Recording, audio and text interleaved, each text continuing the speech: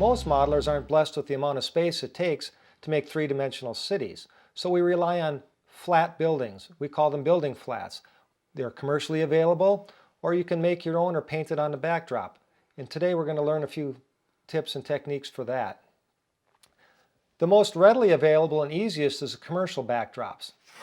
This backdrop comes in a roll that you unroll and just apply to your backdrop.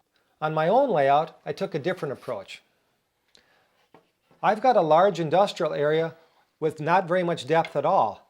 I modeled Duluth, and Duluth is tiered, so I need a great number of industrial buildings in different sizes as they go up the hillside. The approach I took was to use modular building panels and create building flat sides, like so.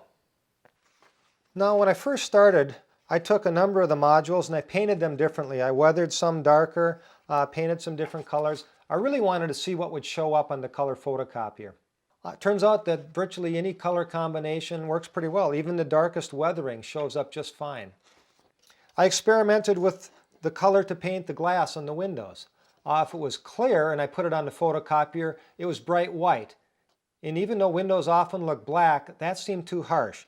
So I ended up painting these primer gray, and that seemed to be a real good color to use on the modules. The next step was I color photocopied these building sides, quite a few of them, and then I cut these apart and I actually created a building side. You can see some are lighter in color than others. This would represent an addition to the building. Now these are all in HO scale like my layout. If I wanted to recede them in the background, it's easy enough to force perspective by reducing them further in a photocopier. In using this technique, it's easy to create a number of different buildings in different colors, shapes, and sizes. You can create a whole city in an evening.